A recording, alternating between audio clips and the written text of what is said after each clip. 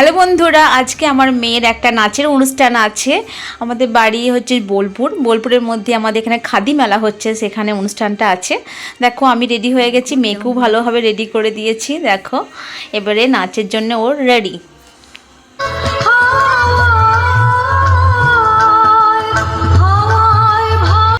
আমরা এখানে বসে বসে দেখছি মেয়েদের নাচ। দেখো আমার মেয়ের বান্ধবীর মা আর আমরা সবাই একসাথে দেখছি।